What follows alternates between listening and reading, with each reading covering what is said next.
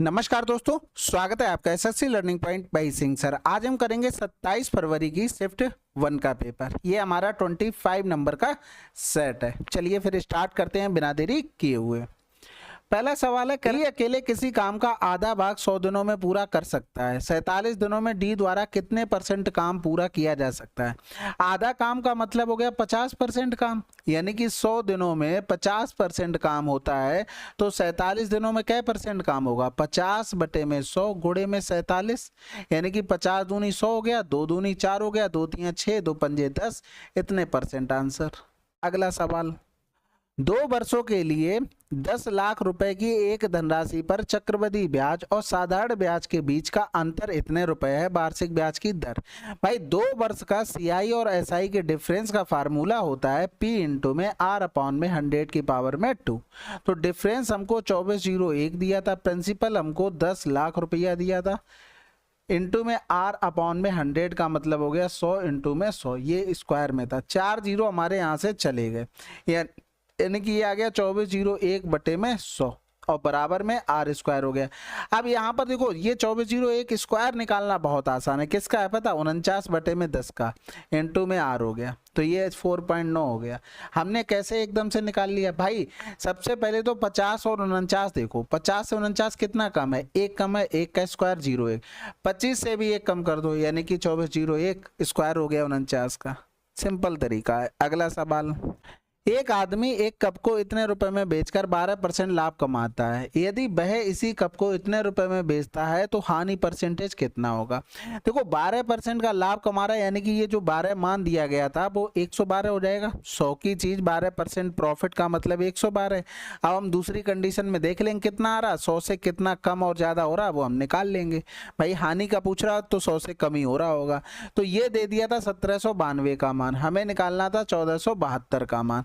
अब यहाँ से करते हैं, देखते हैं भाई किससे क्या करता है। 8 ने 72 कर देंगे तो 8 से कटेगा, 8 दूनी 16, 1 बचा, 8 दूनी 16 हो गया, 3 बच गया, 8 चौक 32, 8 एकम 8, 6 बच गया, 8 64 हो गया और 8 चौक 32 हो जाएगा। ठीक है, और ये पूरा पूरा 2 बार कट गया। इधर करेंगे 2 ने में 18, 2 दूनी 4, यानी कि ये 92 आया। अब ये तो 92 आ गया, लेकिन आप एक चीज बताओ, ये 100 से कितना कम आया, 8% कम आया, तो यही तो आंसर है। अगला सवाल सिंप्लीफिकेशन का है। सबसे पहले तो 17 पना 85 होता है, ये 1700 हो गया। 24 छक्का 144 होता है, 3 दूनी 6, 3 दूनी 6, 3 एकम 3 हो गया, यानी कि इसको जोड़ेंगे तो 4 हो गया, 14 से 6 गया 8, यूनिट डिजिट 2 जगह हमको मिल गई।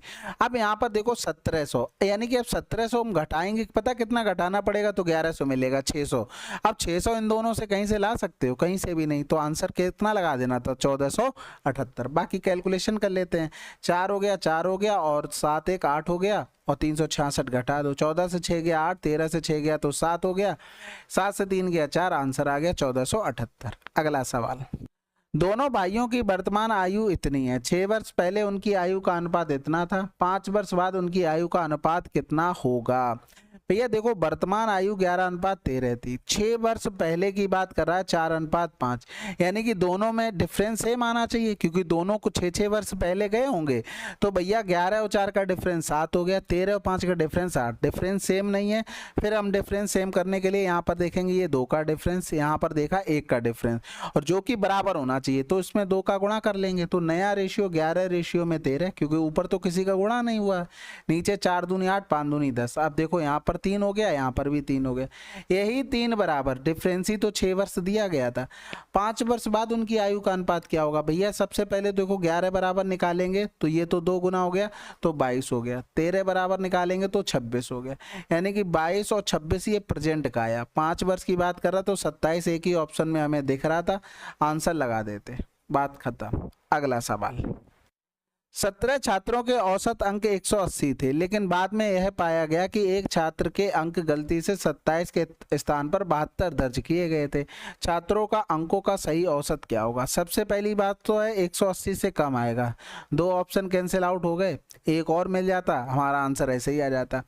अब 27 के स्थान पर 72 तो कितना ज्यादा ले लिया था, 12 से 7 गया तो 5 हो गया, 6 से 2 गया 4, 45 टोटल ज्यादा ले लिया।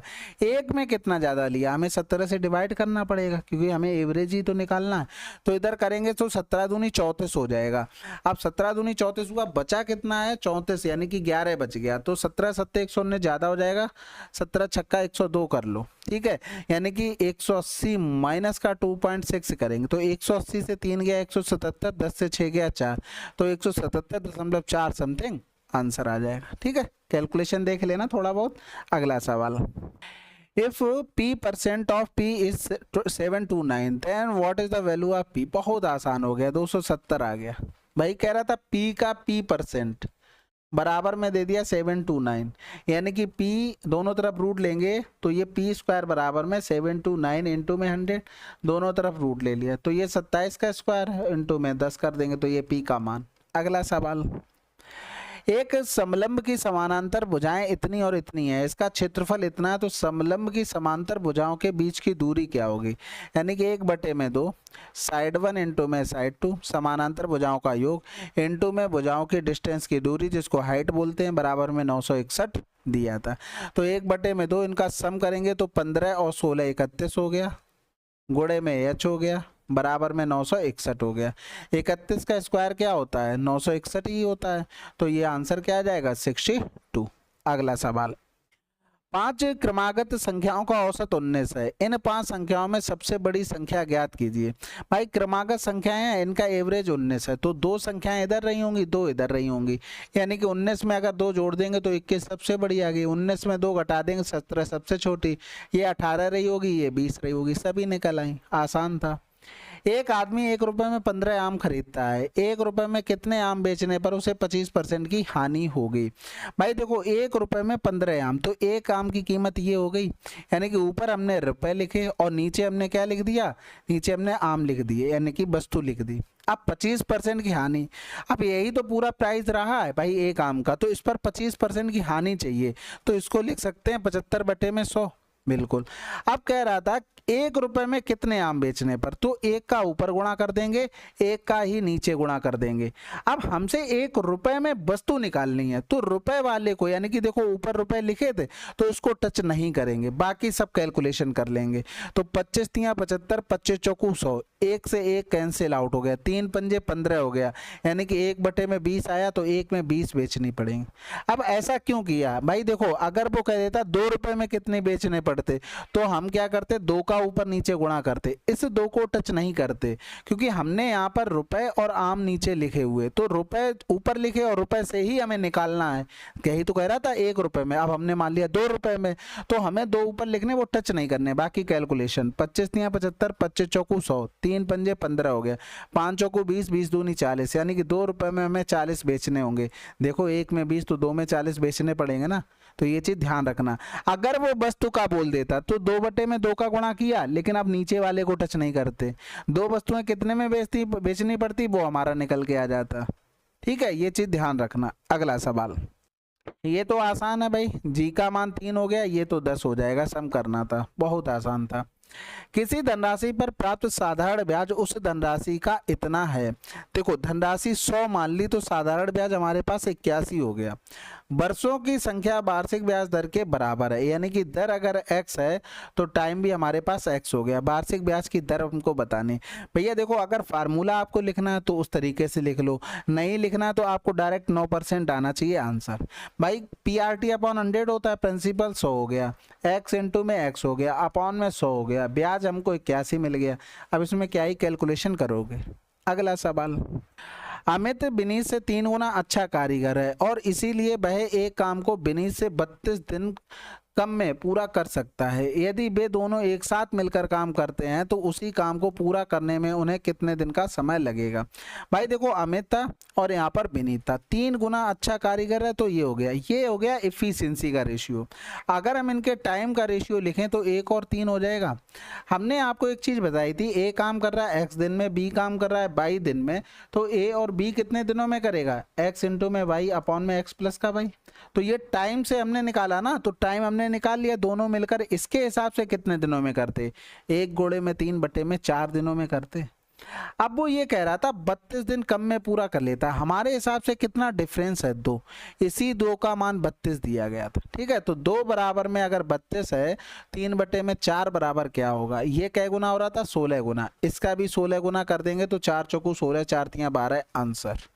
अगला सवाल, मानव ए से प्रारंभ करता है और 29 घंटे में बी पर पहुंचता है। वह 2/9 दूरी 9 किलोमीटर प्रति घंटा की चाल से शेष दूरी 12 किलोमीटर प्रति घंटा की चाल से तय करता है, तो ए और बी के बीच की दूरी कितनी है।